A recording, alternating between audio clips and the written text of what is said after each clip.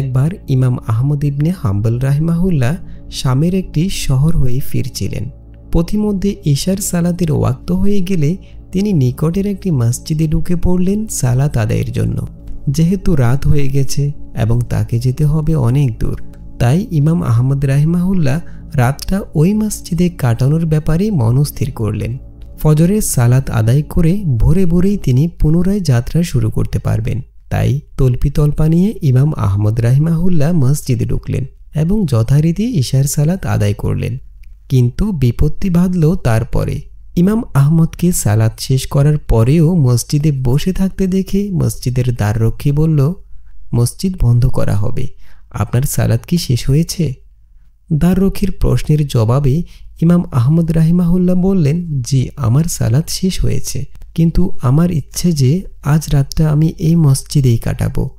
আসলে আমি একজন মুসাফির, আমার গন্তব্য এখান থেকে বহু দূরে। রাতের অন্ধকার আর সফরের ক্লান্তির কথা ভেবে আমি রাতের বিশ্রামটা এখানে করতে চাই। চারদিকে তখন যদিও ইমাম আহমদ রাহিমাহুল্লাহর অনেক সুনাম আর খ্যাতি, তথাপি শামের ওই অঞ্চলের মানুষেরা যেহেতু ইতিপূর্বে ইমাম আহমদ রাহিমাহুল্লাহকে সশরীরে কখনো দেখেনি, তাই ব্যক্তি হিসেবে তাকে কেউ চিনে না। মসজিদের দ্বাররক্ষীও ইমাম আহমদ রাহিমাহুল্লাহকে চিনতে পারেনি। তাই ইমাম আহমদ ইবনে হাম্বল রাহিমাহুল্লাহ মসজিদে থাকতে চাচ্ছেন শুনে তেলে বেগুনে জ্বলে উঠল দ্বাররক্ষী। সে বলল, না না, মসজিদে থাকা যাবে না, আমাকে এক্ষুনি মসজিদে তালা দিতে হবে। দয়া করে আপনি থাকবার জন্য অন্য কোনো ব্যবস্থা দেখুন। নিজের মুসাফির পরিচয় ও সফরের ক্লান্তির কথা শুনিয়েও দ্বাররক্ষীর মন গলাতে ব্যর্থ হলেন ইমাম আহমদ রাহিমাহুল্লাহ। শেষ পর্যন্ত সফরের তল্পিতল্পা নিয়ে তাকে মসজিদের বাইরে বের হয়ে আসতে হলো। মসজিদের বাইরে ছিল একটি রুটির দোকান।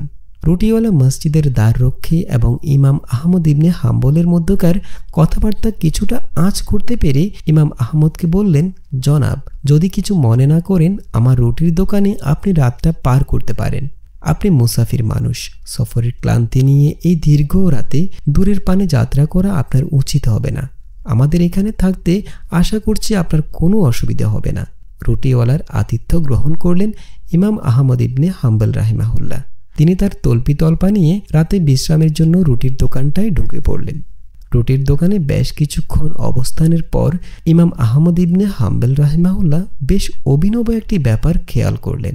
তিনি দেখলেন যে রুটির দোকানদার তাকে এই বিজন রাতে তার দোকানে থাকবার ঠাঁই দিয়েছেন, সেই রুটিওয়ালার মুখে গুনগুন শব্দে সর্বদা ইস্তিগফার উচ্চারিত হচ্ছে।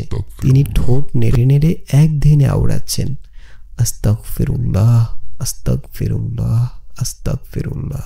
ব্যাপারটা বেশ ভালো লাগলো ইমাম আহমদ ইবনে হাম্বল রাহিমাহুল্লাহর। এমন চমৎকার আমলের ব্যাপারে কৌতূহল আটকে রাখতে না পেরে তিনি রুটিওয়ালাকে বললেন, আচ্ছা ভাই, যদি কিছু মনে না করেন একটা কথা জানতে পারি? রুটিওয়ালা বিনীত গলায় বললেন, অবশ্যই। ইমাম আহমদ বললেন, আপনার এখানে আসার পর থেকে দেখলাম আপনার মুখে সর্বদা ইস্তিগফার লেগে আছে। নিবিষ্ট মনে আপনি সারাটা সময় ইস্তিগফারে মজে আছেন। নিঃসন্দেহে এটা একটি উত্তম আমল। আমার খুব জানতে ইচ্ছা হচ্ছে, এই আমলের কারণে আল্লাহ সুবহানাহু ওয়া তাআলা আপনার জীবনে কোনো রহমত নাজিল করেছেন কিনা? রুটিওয়ালা মুস্কি হেসে বললেন, জি, এই আমলটার কারণেই আল্লাহ সুবহানাহু ওয়া তাআলা আমাকে তার অপার অনুগ্রহে সিক্ত করেছেন। কি রকম? ইমাম আহমদের প্রশ্ন। রুটিওয়ালা বললেন, আজ পর্যন্ত আমার এমন কোনো দোয়া নেই যা আল্লাহ সুবহানাহু ওয়া তাআলা কবুল করেননি। রুটিওয়ালার কথা শুনে বিস্মিত হয়ে যান ইমাম আহমদ ইবনে হাম্বল রাহিমাহুল্লাহ। আল্লাহর জমিনে এমন বান্দাও আছে যার কোনো দোয়া ব্যর্থ হয় না? সে যা চায় আল্লাহ তাই দিয়ে দেন। সুবহানাল্লাহ। বিস্ময়ের রেশ গলায় ধরে রেখে তিনি রুটিওয়ালাকে বললেন, তার মানে আপনার সব দোয়া আল্লাহর দরবারে কবুল হয়ে যায়? জি, কেবল একটি দোয়া আমার বাকি আছে যা আল্লাহ সুবহানাহু ওয়া তাআলা এখনো কবুল করেননি। কোন দোয়া? আল্লাহর এক মুখলেস বান্দা ইমাম আহমদকে দেখার আমার অনেক বড় শখ। আল্লাহর কাছে করজোড় করে ফরিয়াদ করে যাচ্ছি যাতে জীবনে অন্তত একবার তাকে চোখের দেখাটা দেখতে পারি। রুটিওয়ালার কথা শুনে ঝরঝর করে কেঁদে ফেললেন ইমাম আহমদ ইবনে হাম্বল রাহিমাহুল্লাহ।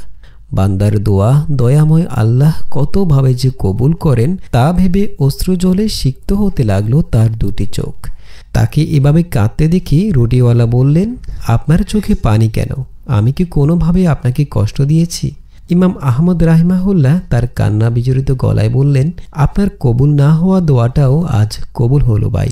আপনার সম্মুখে যিনি দাঁড়িয়ে আছেন তিনিই আহমদ ইবনে হাম্বল। নিশ্চয়ই আপনার দোয়ার কারণে আল্লাহ সুবহানাহু ওয়া তাআলা ইমাম আহমদকে আপনার দোরগোড়ায় টেনে এনেছেন। ইমাম আহমদ ইবনে হাম্বল রাহিমাহুল্লাহ এবং রুটিওয়ালার গল্পের সবচেয়ে মুখ্য বিষয় হলো অবিরত ইস্তেগফার। রুটিওয়ালা সর্বদা তার কাজের ফাঁকে ফাঁকে বলতেন, আস্তাগফিরুল্লাহ আস্তাগফিরুল্লাহ। সেই আমলটা তার জীবনের একটি নিত্যনৈমিত্তিক রুটিন হয়ে দাঁড়ালো। যখনই সময় পায় তখনই ইস্তেগফারে মশগুল থাকার কারণে আল্লাহ সুবহানাহু ওয়া তাআলা তার জীবনের সমস্ত দোয়াগুলো কবুল করতেন। তার ইস্তেগফার অবশ্যই লোক দেখানো ছিল না, তাতে ছিল না কোনো খেয়ালিপনাও। হৃদয়ের গভীর থেকে সত্যিকারভাবে তিনি আল্লাহর কাছে এই ইস্তেগফারের মাধ্যমে তওবা করতেন বলেই আল্লাহ সুবহানাহু ওয়া তাআলা পুরস্কার হিসেবে তার দোয়াগুলো কবুল করে নিতেন। এমনকি ইমাম আহমদকে দেখার যে বাসনা ছিল তার, সেটাও আল্লাহ সুবহানাহু ওয়া তাআলা পূরণ করে দিলেন। তার সেই বাসনা পূরণ করার জন্য আল্লাহ সুবহানাহু ওয়া তাআলা তাকে ইমাম আহমদের কাছে টেনে নিয়ে যাননি, বরং ইমাম আহমদ রাহিমাহুল্লাহকেই টেনে এনেছিলেন তার কাছে। ইস্তিগফারের এই হলো শক্তি। আমরা কত অনর্থক কাজে ব্যয় করি আমাদের সময়গুলো, কত অশ্লীল কথা, অশালীন ভাবনায় কাটে আমাদের অবসর। যদি সামদেশের সেই রুটিওয়ালার মতো আমরাও আমাদের সময়গুলোকে অর্থবহ করে তুলতে পারতাম, যদি ইস্তেগফারকে বানিয়ে নিতে পারতাম আমাদের জীবনের অনুষঙ্গ, তাহলে হয়তো আল্লাহ সুবহানাহু ওয়া তাআলা আমাদের জীবনকেও সহজ করে দিতেন আর পূরণ করে দিতেন আমাদের সকল নেক দোয়াগুলো। রুটিওয়ালার স্বপ্ন ছিল ইমাম আহমদকে দেখার। আমাদের চাওয়া হতে পারে বিপদ আপদ থেকে মুক্তি পাওয়া, অথবা আয় রোজগারে বারাকা লাভ করা, অসুস্থতা থেকে মুক্তি লাভ করা, কিংবা অনন্ত অসীম সুখের ঠিকানা জান্নাত লাভ করা। এছাড়াও আমাদের স্বপ্ন হতে পারে সেই রুটিওয়ালার মতো একটা জীবনের, যে জীবনে ইস্তিগফার শ্বাস প্রশ্বাসের মতো সহজাত হয়ে উঠবে। আস্তাগফিরুল্লাহ আস্তাগফিরুল্লাহ আস্তাগফিরুল্লাহ।